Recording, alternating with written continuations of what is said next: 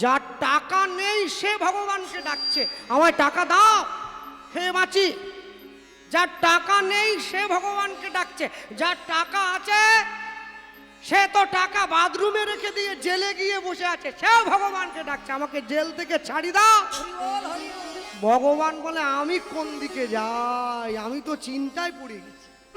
যার নেই সেও ডাকছে, ওকে দিয়েছি ও ডাকছে, মাঝখানে এই গরিব কীর্তনের দল সব পড়ে গেছে। হ্যাঁ, কীর্তনের দল গরিব বলবো না, আমি গরিব বলছি আর কি।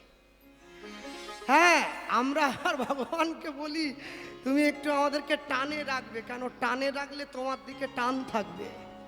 কেন কম দিলে না খেয়ে মরতে হবে, বেশি দিলে আবার জেলে চলে যেতে হবে, বলা তো যায় না। কি জানেন তো, ভালোর থেকে খারাপটা বেড়ে গেলেই না ওটাকে গোড়ার থেকে ছেটে একটু সমান করে দিতে হয়। জগতে ভালো আর খারাপ সবই থাকবে, কিন্তু ভালোর থেকে খারাপটা বেড়ে গেলেই সমাজে তখন অসুবিধে হয়ে যায়। তাই ভালোটাও থাকবে, খারাপটাও থাকবে।